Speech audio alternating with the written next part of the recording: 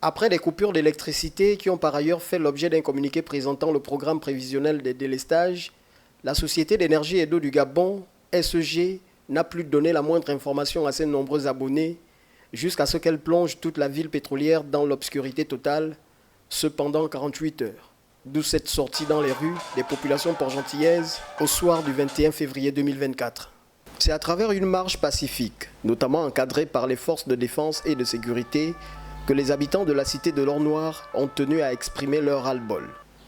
Munis de casseroles et drapeaux tricolores, accompagnés des cris et chants patriotiques, les concitoyens de la ville de Sable ont parcouru plus de 5 km à pied, partant du quartier Salsa au carrefour Léomba, en passant par le château et le marché de la Balise. Soit la SG a une concurrence, soit ils ferment les portes. Nous sommes fatigués.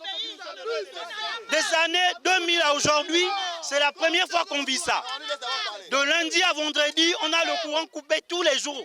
On a des enfants qui apprennent, des enfants qui passent les examens. Donc il faudrait qu'on ait l'eau. 3 jours, on n'a pas d'eau, on n'a pas de courant. La nourriture se gaspille. On fait comment? On paye l'eau, on paye le courant, c'est pas cadeau. Certaines sources nous renseignent que l'une des dernières machines qui tenait pour alimenter la ville aurait lâché à telle enseigne de causer de manière régulière et arbitraire ces coupures d'électricité et d'eau. Lesquels délestages ont pour conséquence la cessation d'activité dans plusieurs entités économiques et administrations publiques, sans oublier des dégâts matériels et alimentaires enregistrés dans les ménages. Toute une semaine, on a des coupures d'eau, coupures de courant. En ce moment, dans les congélateurs des gens, les vivres sont pourris. C'est inacceptable qu'une petite ville comme Port-Gentil a ce genre de problème-là. C'est quoi, c'est ça? Il est 20h, 21h, nous sommes dans le noir. Depuis le matin, les gens ne se lavent pas. Papa Olingi, nous on vous remercie pour cette délivrance du Gabon.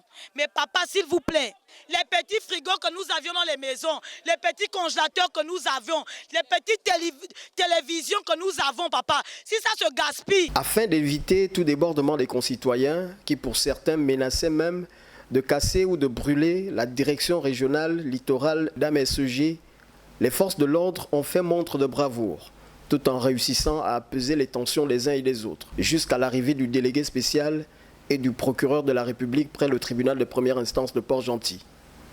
L'intervention du général Pierre Izogo a permis à ces troupes de disperser les foules, même si l'on aura observé quelques excédents des jeunes sur la voie publique à quelques heures indiquées du couvre-feu.